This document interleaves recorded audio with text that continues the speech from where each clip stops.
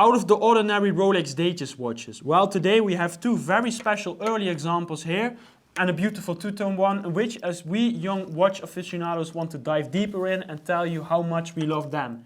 Also a new introduction of our team member Guy, so let's watch this episode.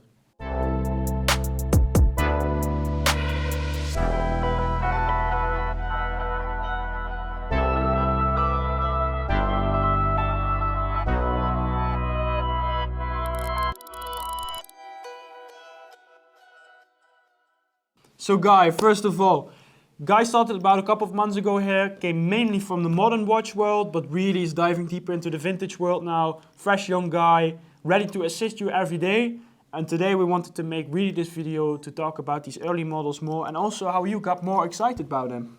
Okay, Bulang, thank you for the introduction. Like you said, I started a couple of months ago and I mainly looked at the Sapphire models, 5-digit models.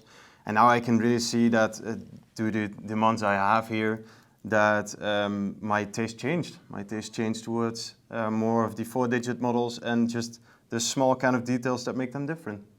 Yeah, and that's really cool to see. And let's start off with an example from the 50s, reference 6305, which is a reference that we had before with, for example, the waffle dials, but this is a beautiful example with a silver dial which turned creamy over time. And what is so good about these watches is the absolutely attention to detail level into them. So stylish. I can directly see it from the case, which is called the overtone cases, which is something you see from these periods, which is so stylish and completely different to everything else, which has a rounder case back, sits a little bit higher on your wrist, a thicker case type. So cool. What I love it is the combination with, for example, the more refined fluted bezel, which is something you saw directly, especially in combination with the dial, with the applied markers, the beautiful crown, and the roulette date disc, which has black dates and red dates, which is something, for example, you also see in Tudors. And all these factors combined makes it an absolute joy in wrist, a vintage classic, a timeless classic, but so much style into it. Especially with this fantastic bracelet, which is a coffee bean bracelet made for the American market. Super cool watch. A really stylish beast. I wish we could find more of them, but now this one we have. Really proud to own it.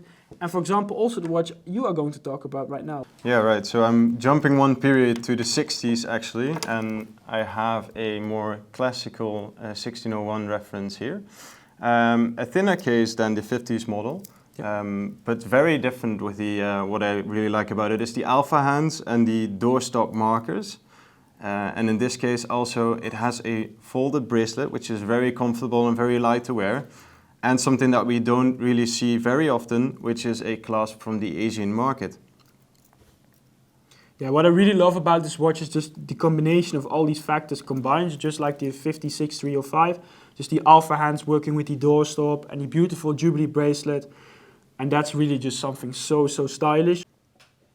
Like, for example, the stylish two-tone beast that you are rocking on your wrist right now. Yeah, I've been wearing this one for a couple of days now. I'm really enjoying it, right?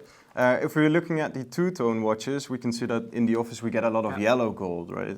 But this one is actually so special with the rose gold. And looking at the material itself, you can see that the color is a little bit different than the modern watches. It's warmer in tone.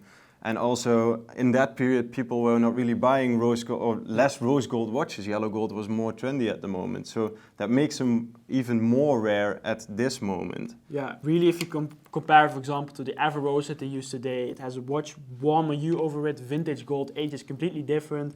And especially like this one in combination with the matte black dial, with the beautiful fluted bezel and the Jubilee bracelet in steel rose gold is absolutely a joy in the wrist. Such a stylish beast, and really, now with the summer coming, I can't imagine a better watch. Yeah, right. And for me, it's also the contrast between the matte black dial, which is flawless, by the way, flawless matte black dial, with the shiny Jubilee bracelet.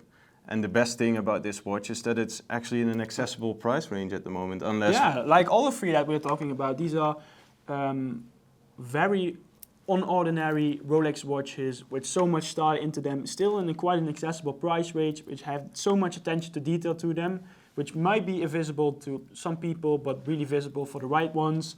And really, these three watches are really inspiring for all of us. So I hope you enjoyed this video. Follow us on YouTube, follow us on Instagram, subscribe, leave a like, and we are happy to invite you to another Watch Talk again with me and Guy. So stay tuned till the next one and enjoy your day.